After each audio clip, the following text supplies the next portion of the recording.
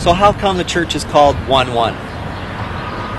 The name, it's interesting how it came about, but it really it goes to Genesis chapter 1, verse 1, in the beginning God. I think one of the biggest frustrations that people have, and that maybe they don't even realize it, is that churches aren't about God so much as they are about themselves. What can I get? How can Jesus bless me? But the idea of 1-1 is God is at the center. It's all about Him. He's the star. He's the director. He's the producer. He's everything. It's a theocentric way of looking at it. But the flip side of 1-1 is it's in a ratio, so 1-to-1, which shows the importance of relationship and of fellowship between believers. Jesus said that to love the Lord your God with all your heart, your soul, and your mind is the greatest commandment, and the second is like it, to love your brother as yourself. So in the name 1-1, I think that we attempt to anyway encompass those two greatest commandments.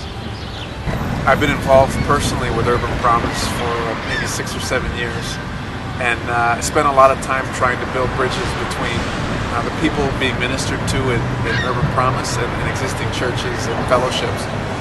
What I found often, there was a breakdown culturally in a lot of ways with bridging people, and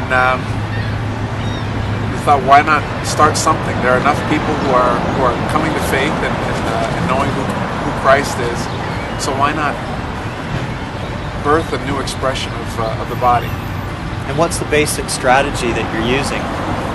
The basic strategy is mentoring and developing leaders within these 4 communities that Urban Promise has already been in, training them up to be disciples that will make disciples.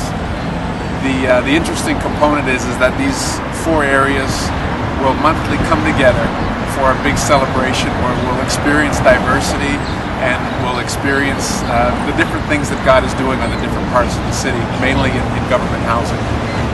And how do you see God working these days to just stir up this church plant? Wow. He's doing amazing things and raising up leaders in places that we wouldn't expect. We see a hunger for the things of God.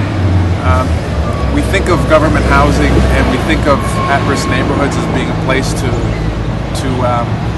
just be socially aware. But we're finding there's such a hunger for the Word. There's such a hunger for God that he's able to do the transforming work from the inside of a lot of people that we're working with, which is incredible. What do you find yourself asking God for these days? The biggest prayer is wisdom and discernment.